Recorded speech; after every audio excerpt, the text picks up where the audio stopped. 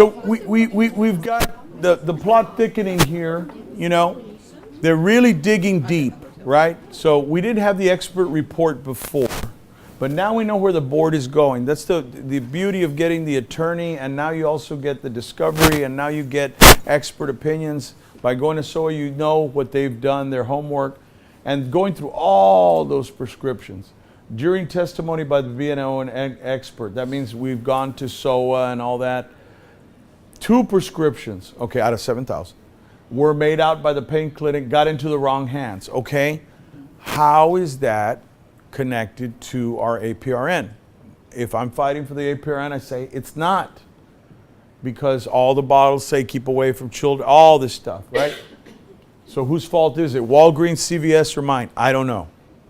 And at least one led to a child overdosing, okay? But a lot of these kids are taking these medicines from their grandmother. How are we going to blame, you know, the Kennedy assassination on our client too? I mean, this poor kid goes into a vegetative state and ODs, anoxic, family has lawyered up, meter having a feeding frenzy. A lawyer comes out and says, you know, this APRN must be stopped and all this because they traced it back. Maybe the guy just wants to come out on TV, okay? And so it's election season. The DA, politics, under pressure to prosecute, state prosecutor, okay? We already have feds looking all over this. State prosecutor jumps in, says, man, this is a great a political opportunity, and they can lie all day long, but they love the headlines. Politicians love the headlines. And they will say, maybe this is the first case of an overdose caused directly or indirectly by prescription. Let's see if it'll stick. It's like spaghetti against the wall. Let me see if I can charge this and get it indicted. So now she's looking at state prosecution things. The APRN has already been accused of running a pill mill, as the DEA calls it, contemplating criminal charges on the federal side if they can improve intentional prescriptions being written for pure profit and not therapeutic value. So a lot of this falls into what they're trying to say is not therapeutic value and for pure profit. They love saying that, profit over patients, unprofessional conduct, unregulated, non-therapeutic. All this language is in the last 3 years going towards this. Now, we were talking in the break. I want to and here's some good news. About hundreds of people, probably over 1,000 nurses now that are represented, about 1% or less were APRN. Because don't get in a lot of trouble. You know, you get in trouble if you mess with these drugs. If you don't mess with these drugs, you're pretty much safe practice. If you know, the smarter practitioners will say, we're talking about allergies. We're even talking about antibiotics in the break. I mean, people want, Z-Pack, please, you know. This is not McDonald's, you know. I mean, you know, or Burger King, you know. I want, oh, just give me a Z-Pack, you know. Do you even know what a Z-Pack? No, but it sounds good, you know. You know, I hear it makes you better. Yeah, and makes super infections. And it's election season, you know, and all that. Politics, headlines, you know, people. She finishes, you know, concludes that apply the disciplinary matrix found in Rule 213, okay? So we've been talking about the matrix. Write it down, 213. That's where you will find a table that has all the criminal offenses, all the actions, and they look at this table. It's kind of like when we used to take algebra and our at least mine, my brain would fuzz over with XY coordinates and Cartesian stuff. I'm doing aha values with my 12-year-old right now with her algebra. She's taking advanced algebra, you know, 9th grade algebra, she's 7th grade. She'll go, Dad, look at this. And aha, that's good. You know, I'm like, oh boy, I have to go look at Cliff's Notes algebra and try to remember. You know, and in summary, she concluded the respondent's actions were either second tier or third tier offenses. Okay, so you got first tier, second tier, third tier. Third tier are like the most serious, the risk of harm or death. So 15 years ago, 10 years ago, 5 years ago, they would say Soma, Lortab, and Xanax combo. Sounds good to me. You know, we're just talking about a doctor who, well-intentioned, but giving people Xanax 4 milligrams a day for 6 months.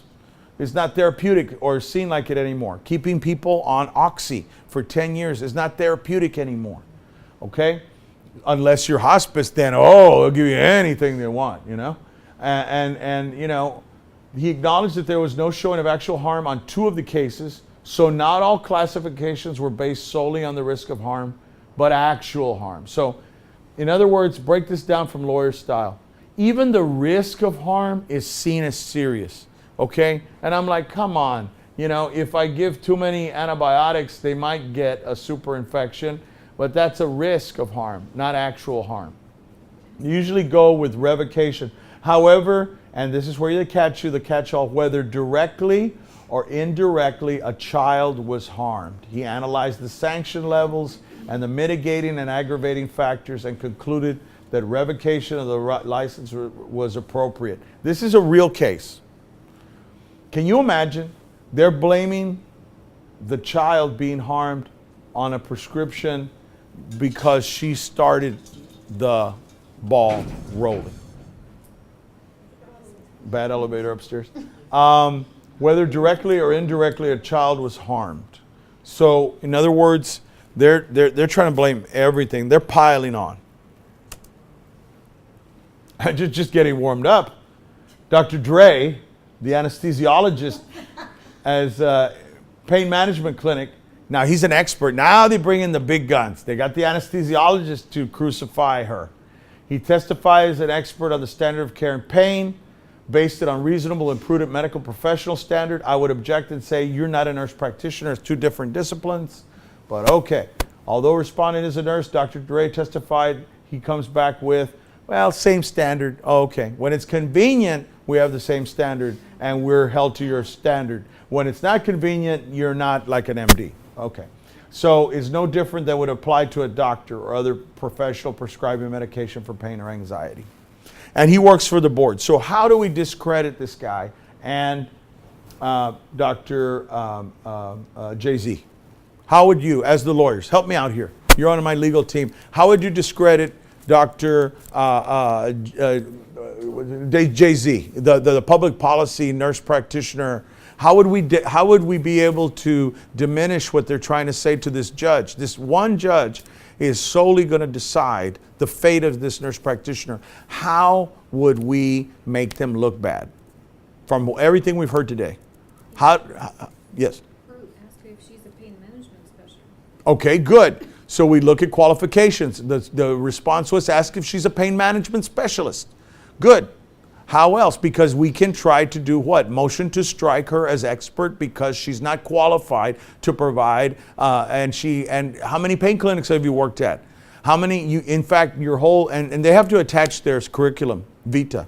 So if we can prove that they've never even worked, and all they've done is paperwork, policies, and they haven't done clinician in years, we hit them with that, right? How else do we diminish the public policy expert? Who are they working for? Who are they working for? The BON. We'd establish bias. How many times have you testified for the Board of Nursing, and how many times have you defended nurses? 100 times. Okay? So we say you're biased. You're a hired gun. The argument. How else do we diminish we hit bias? We hit qualifications. He's a little harder because he's going to say, I'm an anesthesiologist. I know what pain is. I know how to handle it. I give injections. I see patients every day. So we would hit him with bias, which is a good argument that he works for the board. How else? I mean, we've got to really try. So another way, I'll give you a hint here, is do a background check on him. Has he ever been sanctioned? What has he ever been sued? How many times have he been sued? How many times have he been divorced? How many times have he been bankrupt? And you know why? Because it goes to credibility. It goes to credibility, honesty. If he's a bankrupt degenerate, and maybe he got sanctioned by a board once, if he got sued too many times, it goes to credibility and professionalism, and you're getting paid. How much are you getting paid by the board? You ask them how much. Are they supposed to tell? They have to tell you, why not, right? It leads to discoverable facts and say, the judge, the way it would go, I'll just show you. I'm sitting here just like at a regular conference table, like at a trial. The board is sitting over there with its experts there, Dr. Dre, Dr. Z, the board's attorneys, and then we have a court reporter, and then we have the judge. You're the judge. And we're standing in front of you. I'd say, and I'm cross-examining Dr. Z, and I would just say, we'll just start it off. Could you state your name for the record? Hi, thank you for being here today. Start out nice guy. And then you say, could you tell us a little bit about your education, training, and background? And then I'll get into the cross a little bit, kind of delve in there and say, how many times have you ever testified for a nurse, like the one, a nurse practitioner, like the one that's here today? And you'd probably say, 0, right? I'd say, isn't it true you're getting paid today to be here? In other words, your testimony is, I'm being paid for my time. I'm on the other side, I'm being paid for my time. Okay? I'm not here to testify for the board or for that, I'm here to tell the truth. Wow, So yeah, whatever. So you say, no, objection, Your Honor, non-responsive.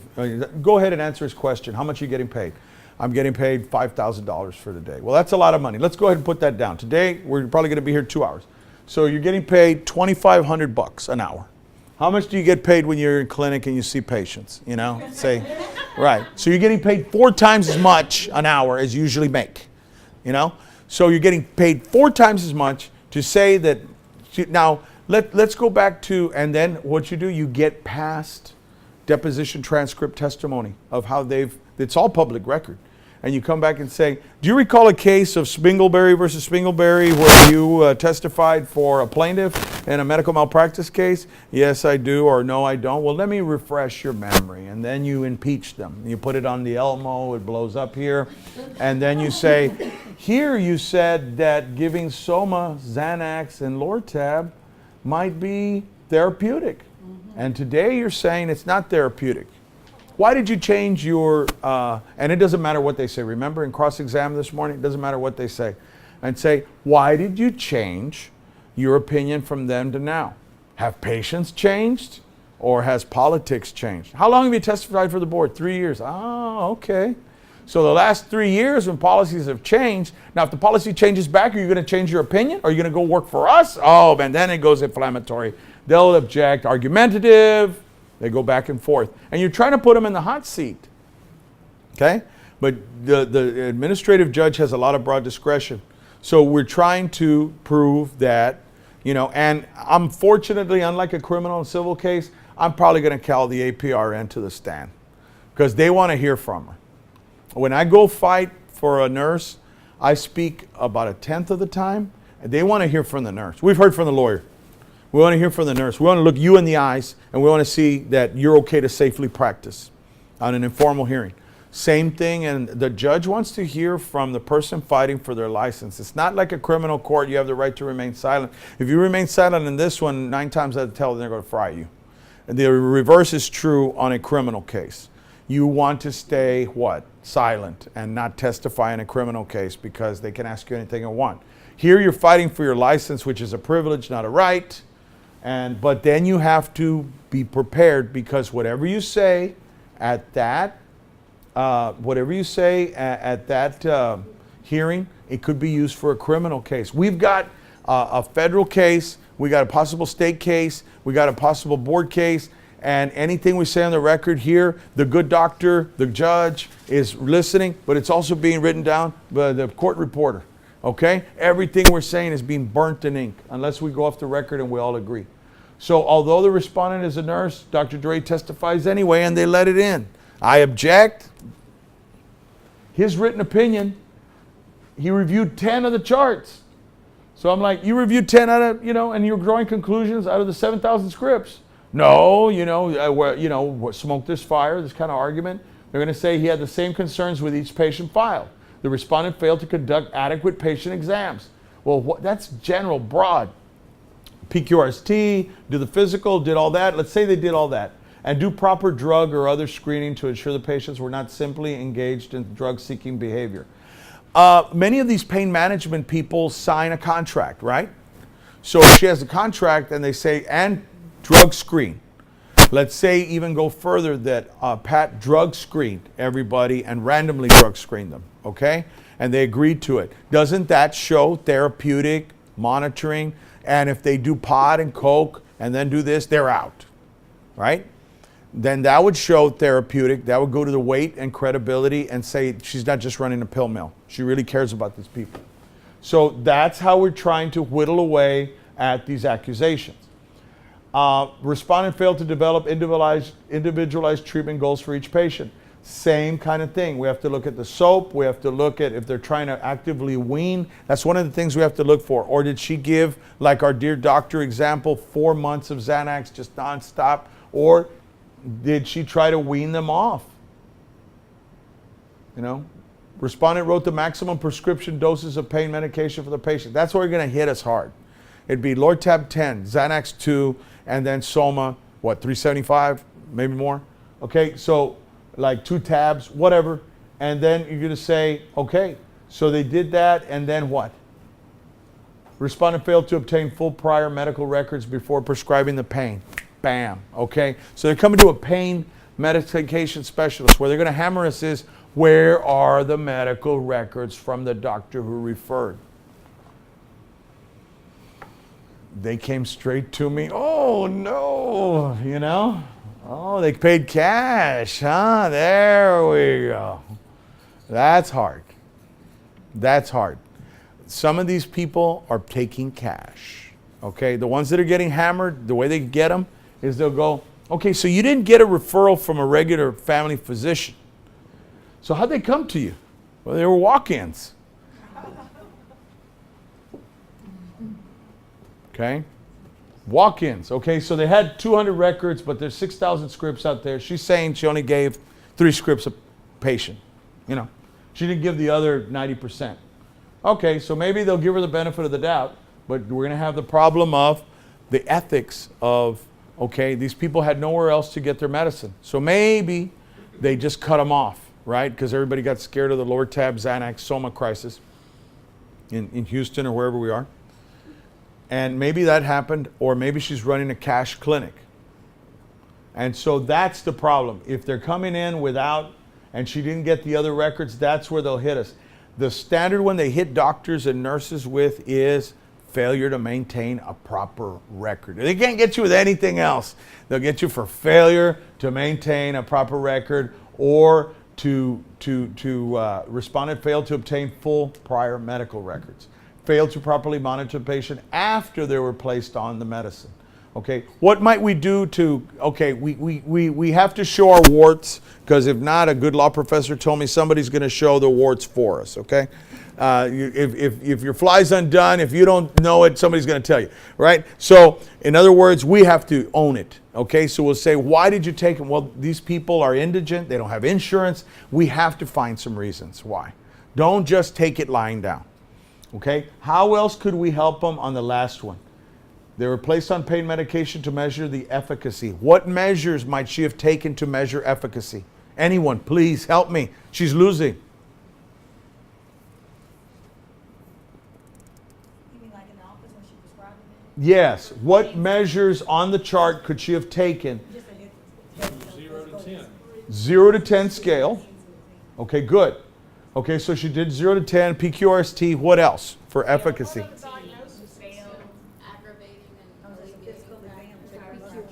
What? What kind of diagnosis was on? Did we try any other therapies? What's the diagnosis today? Well, you know, if it's fibromyalgia, that's not good. But if they're LBP, low back pain, there are a lot of occupational workers. Let's just say they're coming in from the refineries. Okay, so we've got some, what else assessments can we look at? Are we getting neurological? And that's where they get in trouble, is if you're, where are the medical records? Well, then she tries to pass it on to the doctor, say you're just as equally responsible because you're a shareholder in this pain medication clinic. And, you know, if you're a shareholder, they'll say you have to have a certificate, a special one if you see over 50% pain. So that's the breaking point. Supporting radiology, very good. Okay, so MRIs. They're going to ask, did you do a follow-up? Did you do all these other diagnostic tests? What else? EMG studies, something, neurologist referral, follow-up, something, okay? Now, say she has those. The guy's an expert for the board. He's still going to hammer her. Even if we did all that, he'd say, nah, violation of standard of care, not enough data to review the prescriptive data generated in the files, testify the respondent's practice at the clinic was consistent with features of a pill mill. Vast majority of the prescriptions written by the respondent were for combinations of hydrocodone soma and sometimes other drugs, which Dr. Dre referred to as the powerful Houston cocktail drug mixture. The mixture of the drugs is widely known to cause a feeling of euphoria and a high, much like heroin. So they'd say it's not therapeutic, you were just making people high. Based on all of this, what would you do to defend this APRN from revocation and jail lawsuits? Okay. Much tougher cases, hatchet guy, are fought against the BON. Your job as an attorney is under a sworn oath to advocate zealously for your client within ethical bounds. So we've thought of plans of care, we've thought of mitigating circumstances. We could argue for a level 2, which might be a suspension. The situation may seem hopeless, but it's your job to find the chink in the armor. And we have found some. But first things first, although the licenses and certifications are important, the freedom of the APRN is more important.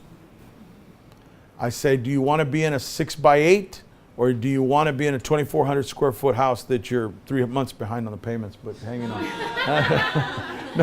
No APRN will ever be able to practice with felony drug trafficking charges anyway. So what do? I reach out to the DEA first.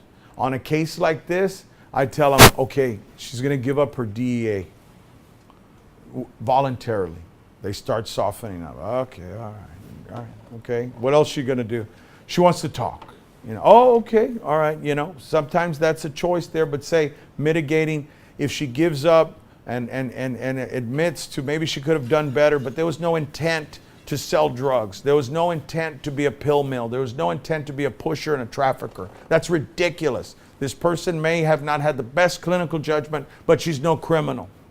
Okay? That's how we do it. That's how we do it. And let me tell you, when you first tell somebody you got to give up your DEA and all that, they go crazy. I mean, they're just like, I didn't do anything. I mean, people rip me off and, people stole my prescriptive thing, and then I have to kind of lead them to water. And then a lot of the time they'll say, whose side are you on? I'm on your side. I just don't want, you've got a kid. I don't want to see you go to jail and then when you come out, the kid's already finished high school and doesn't know who you are. And I've seen many good people go to prison and it rips apart families. So it's better to be the best nurse's aide, maybe, alive and most qualified in 5 years than nothing, right? A good advocate reaches out to federal agents, extends the olive branch. You're always trying to be reasonable,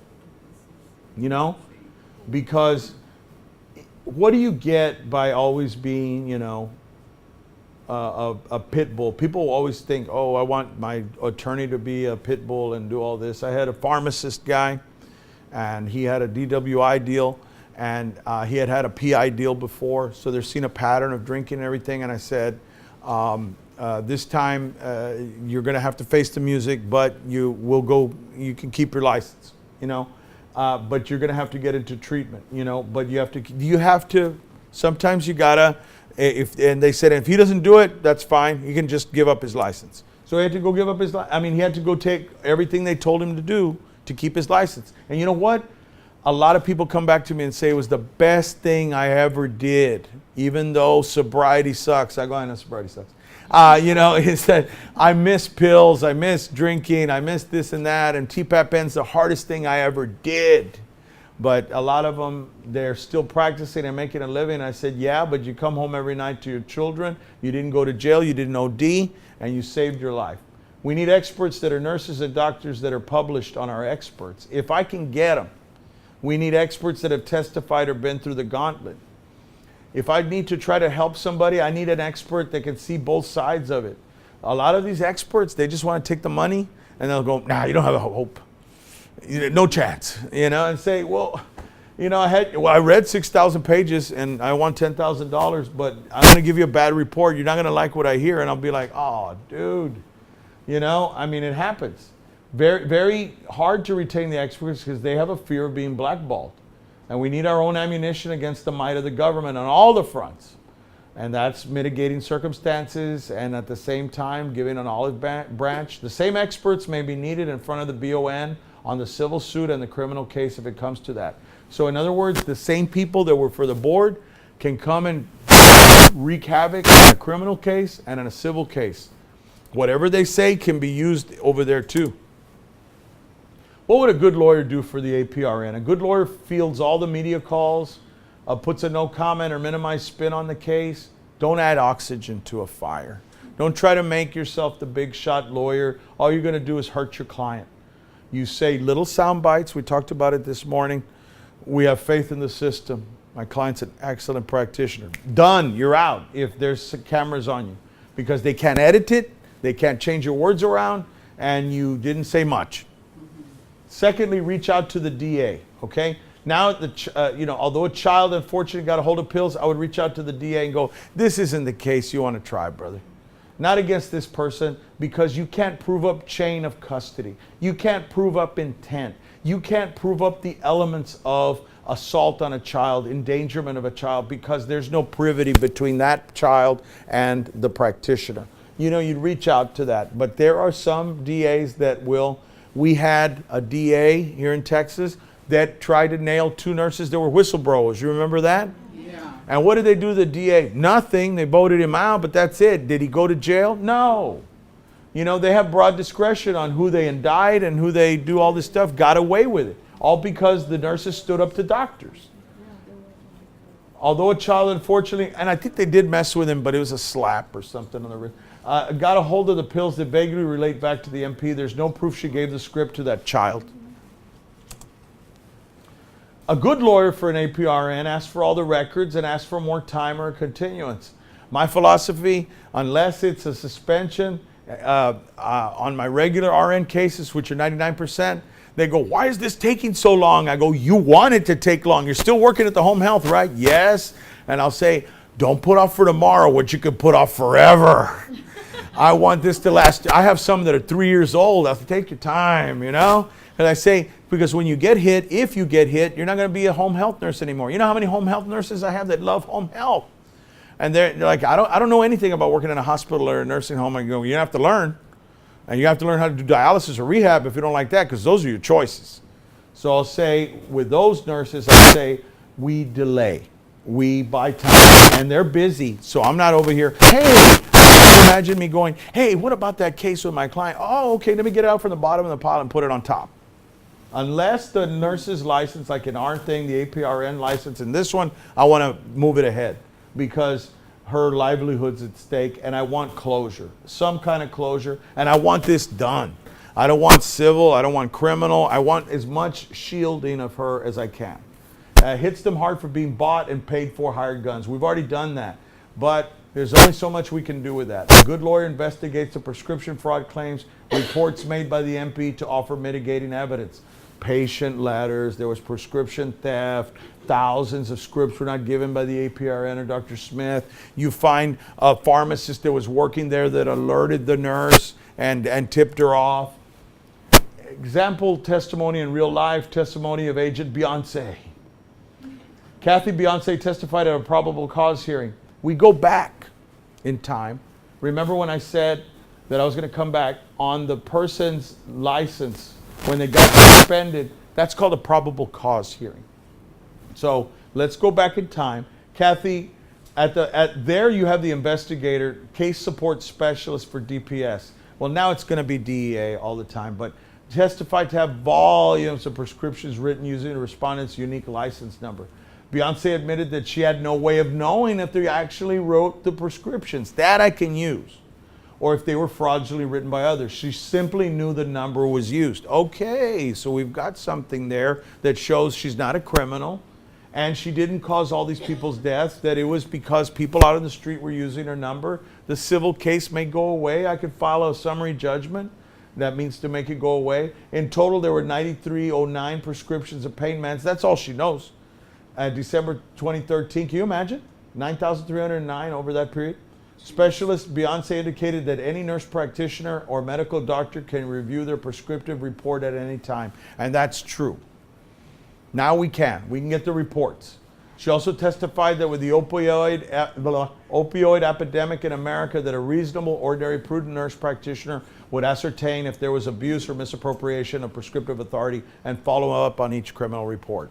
Well, that's true, but she reported it. She thought she had done her duty, and then she just didn't get a report like every 3 months, 6 months. If you're handling any controlled, or even if you're not, it's good like annually to check it out. How do you do it? There's a site, and email me. I'll get you the site. I don't have it on me right now, but I have it, and it's a program that they have oh gosh, it has a number on it. Yes, there's a program that you can get it. There's the program that we're using right now, and it's just my mind went blank, but I'll get it for you. A good attorney for the APRN hammers away like we did, keeps on the attack, looking for a reasonable offer short of revocation.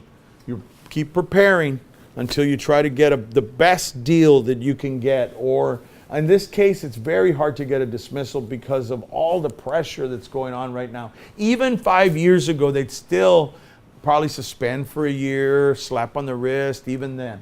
What does the LVN and RN license have to do with it? Nothing. But to them, they do. We reviewed through 217, 11, and 12 that professional conduct, honesty, all this stuff. What trouble did the APRN's license for LVN or RN ever have? Nothing. Why should these licenses be suspended or revoked?